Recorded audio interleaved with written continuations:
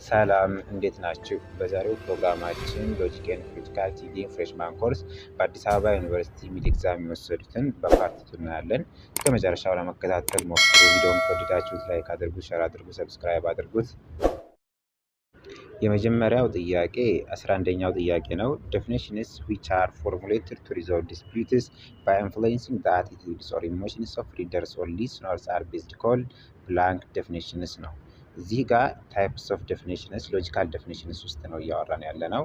ኤ ሌክሲካል፣ ቢ ስፔኩላቲቭ፣ ሲ ፐርሱዋሲቭ፣ ዲ ቲዎሬቲካል፣ ኢ ፕሪሳይሲንግ፣ ኤፍ ኦል ነው። እንደምናውቀው ሌክሲካል ዴፊኒሽን ኦፍ ኤ ተርም የምንለው ዲክሽነሪ ዴፊኒሽን ነው። the meaning of the word in common usage ያለው ነው የሚገልጽልን። ስቲፑሌቲቭ ዴፊኒሽን ደግሞ የምንላቸው the are definitions of words which are new or currently existing term ነው።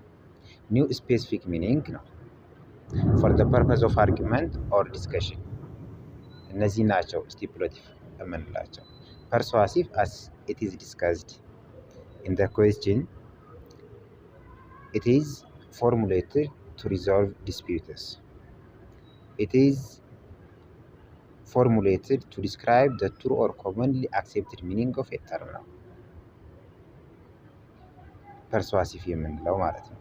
አርጊመንት ነው የሆነን ቪው አርጊው ለማድረግ የሆነን ነገር ለመቀየር ለማስተካከል ስሜትን ለመፍጠር የሚሰራ የዴፊኒሽን አይነት ነው።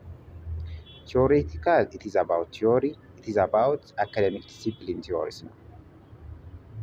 ፕሪሳይሲንግ ደግሞ የምንላቸው their purpose are reducing the vagueness of a word ነው።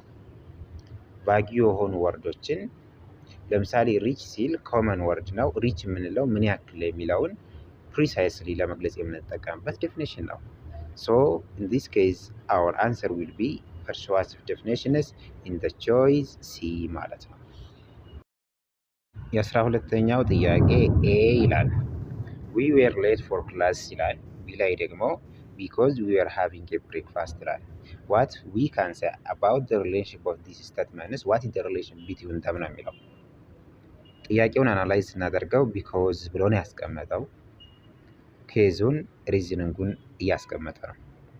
ኤ ላይ ኤ because B here implies no kind of reason at all ይላል። ሪዝን ኢምፕላይ አድርግም this is false። ኤ because B justifies what is the case፣ ኬዙ ምን እንደሆነ ጀስቲፋይ እያደረገ ነው። there is no justification here። A because B presents both reason of why and what is the case፣ what is the case and why is the case የሚለውን ደግሞ እያስቀመጠ ነው። no this is only describing why is the case because it starts its word by the word because only ማለት ነው። D A because B explains why something is the case፣ this is the true answer። E A because B in the context says there is identical appearance of the premise and the explainers, it doesn't say so in this case our answer will be D ማለት ነው። A because B explains why something is the case የሚለው። 13ኛው ጥያቄ ደግሞ ማርታየር means a person who willingly suffers this rather than renounce his or her religion ነው። the genus term ነው እንደዚህ ጋር ቴክኒክስ ኦፍ ዴፊኒሽን ላይ ስንመጣ definition by genus and difference የሚለው ነው እዚህ ጋር የምናየው። definition by genus and difference simply means a relatively larger class and species means a relatively smaller subclass of the genus ነው። ጂነስ የምንለው ላርጀር ክላስ ነው። ስፒሺስ አለ ስሞለር ክላስ ነው። በመካከላቸው ደግሞ ስፔሲፊክ ዲፍረንስ አለ። በእነዚህ ኮምባይንድ ሆኖ የሚመጣ ዴፊኒሽን ነው ዴፊኒሽን ባይ ጂነስ ኤንድ ዲፍረንስ የምንለው። ላርጀር ክላሱ በዚህ ዴፊኒሽን ውስጥ አሁን ፐርሰን የሚለው ነው። ዳት ሚንስ ደ ጂነስ። ማርታየር ደግሞ የምንለው እዚህ ጋር ስፔሲፊክ ክላሱ ነው። ፐርሰን ውስጥ ያለ ክላስ ማለት ነው።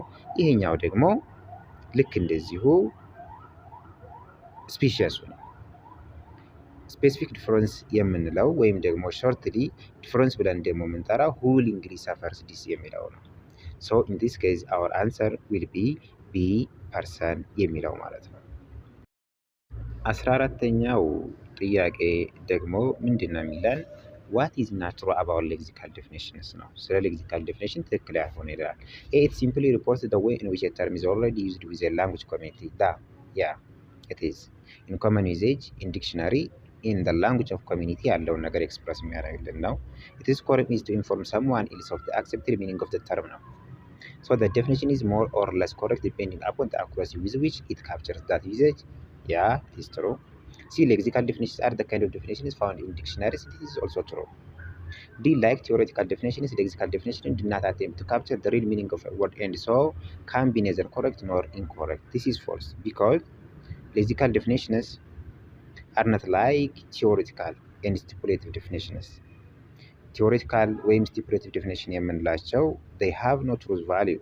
They have however these lexical definitions truth value ያላቸው የራሳቸው they try to capture the real meaning of words ትክክለኛውን ሚኒንግ ለማምጣት ይሞክራሉ.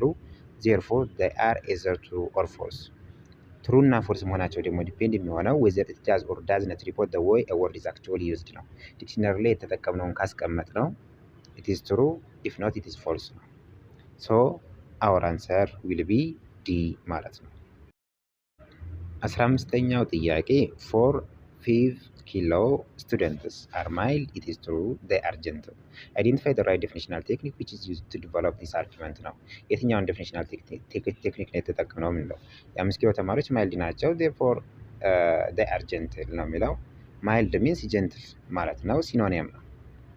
ኤ ላይ ስንመጣ ኢኑሜሬቲቭ ነው። ኢኑሜሬቲቭ ዴፊኒሽን የምንለው a meaning of the word or a term by listing the name of the members of the class ነው። ኦስተንሲቭ ወይም ደግሞ ዲሞንስትሬቲቭ የምንለው by pointing something define የምናደርግ ነው። this is high ናብል ሃይን አይቼ this is demonstrative or ostensive definition ነው።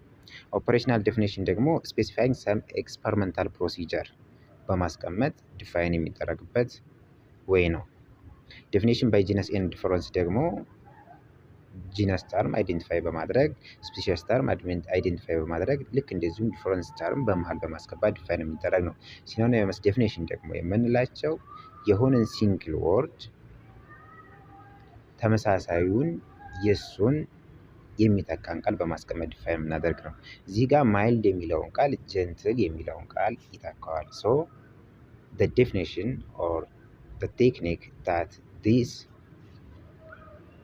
argument used is synonymous. So our answer will be E. የ16ኛው ጥያቄ which of the following statements contain a vague expression or term ነው።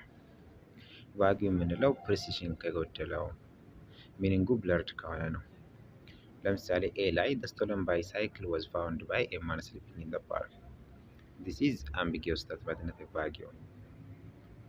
whether or not the bicycle was in the park or the man was in the park, we don't know. B. Mr. Hussein, my neighbor, was wealthy. This is a vague statement. How much it is wealthy, how much its neighbor was wealthy, we don't know. It lacks precision, it is blurred statement. C. Elias watched Harag throw a ball through the window. This is also ambiguous statement. We don't know whether Harag threw the ball through the window or whether or not Elias watched her through the window. Samira said that her apartment is located on Palm Street. ይህም ልክ እንደዚሁ ambiguous ነው። Therefore our answer will be choice B ማለት ነው። 17ኛው ጥያቄ ሀበሻ ቢር ሚንስ ኮልድ ጎልድ ነው ይላል።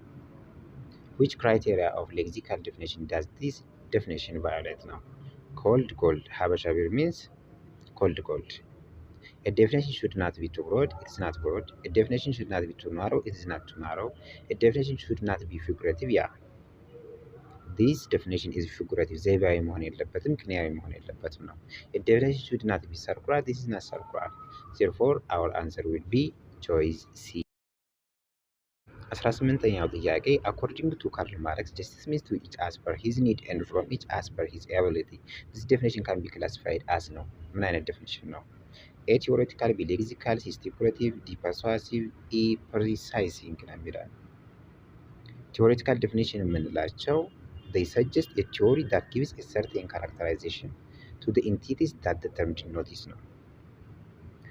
when we look at this statement, it is giving a theory. ቲዮሪ እየሰጠን ነው። ቲዮሪ እያስቀመጠልን ነው። ሎጂካል አይደለም፣ የዲክሽነሪ አይደለም፣ ስቲፑሌቲቭ አይደለም፣ ፐርሱዋሲቭ አይደለም፣ ለማሳመን እየሞከረ አይደለም፣ ፕሪሳይሲንግም አይደለም። ዜርፎር አወር አንሰር ዊል ቢ ኤ ማለት ነው። ለዛሬ በዚህ እንጨርሳለን። ቪዲዮውን የምትወዱት ከሆነ ላይክ አድርጉት፣ ሼር አድርጉት፣ ሰብስክራይብ አድርጉት።